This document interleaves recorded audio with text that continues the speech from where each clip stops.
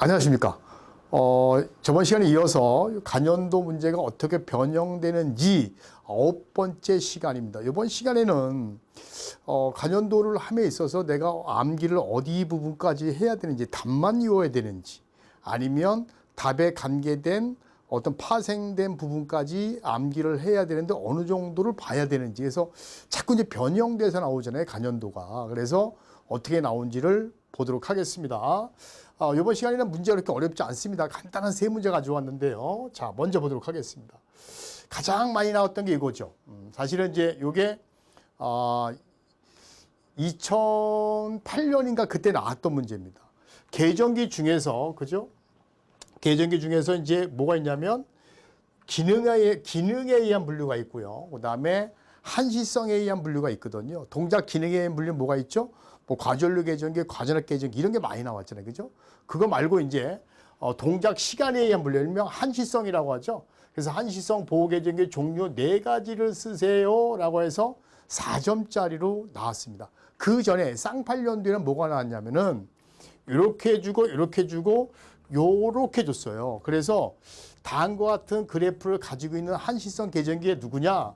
과전류 계정이거든요. 과전류 계정기, OCR 계정기가 답이었거든요. 그래서 그전에는 이렇게 반한시성 그래프를 가지고 있는 게 누구냐? 그러면 이제 과전류 계정기가 답이었는데 그게 이제 추후에 어떻게 바뀌었냐면 한시성 보호 계정기 종류 4가지를 쓰세요. 그래서 우리가 있는 순한시, 반한시, 정한시, 반한시성 정한시 계정기 총 4개 썼어요. 그래서 아마 이게 처음 나왔을 때는 그랬고요. 그러다가 한 6년, 7년이 지나서 이번에 어떻게 바뀌었냐? 이렇게 바뀌었어요. 여기 보게 되면 다음과 같은 그래프를 보고 계전계 명칭을 쓰세요라고 했어요. 자, 여기 보게 되면 여기 동작 시간이고 여기 전류의 크기라고 보시면 되는데 전류 요게 0이라고 보면 되죠. 그래서 동작 여기 보면 전류가 컸을 때 가장 먼저 빨리 동작하잖아요. 그죠? 전류가 그러니까 가장 빨리 동작하는 게 얘가 뭐죠? 순환시죠. 순환시. 그다음에 요거. 그렇죠? 요거는 뭐야? 전류의 크기에 관계없이 내가 정한 시간에 동작하는 정한시 계전기.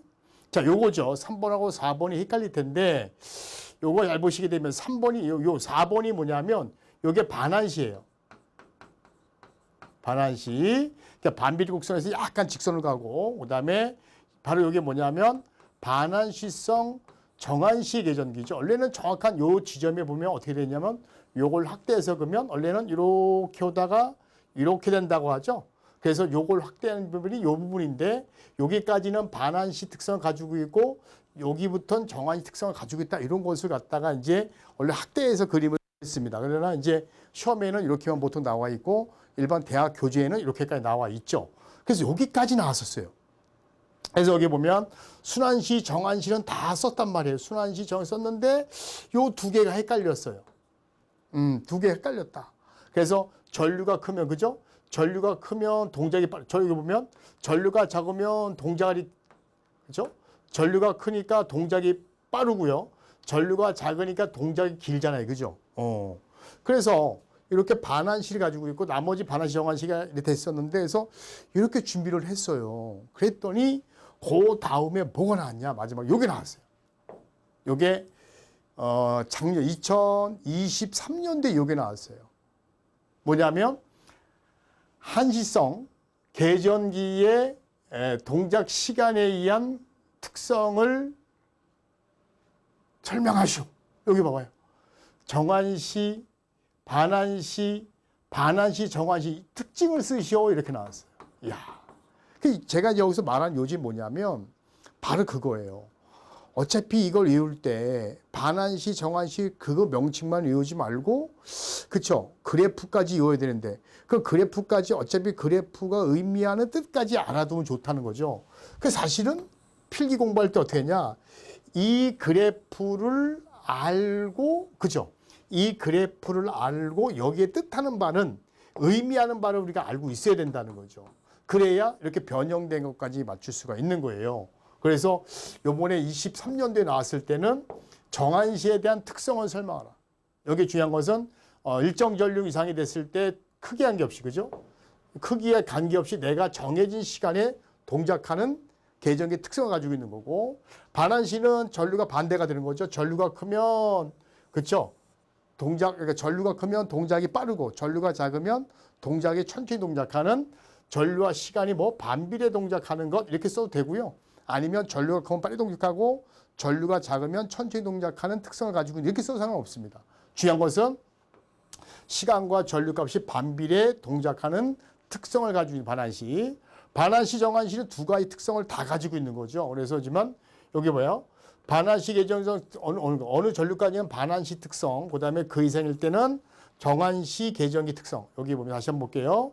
어느 값까지는 반환시 특성, 그 다음에 어느 이상이 되게 되면 정환시 특성을 띠게 하는 성질을 우리는 반환시, 정환시 계정기다.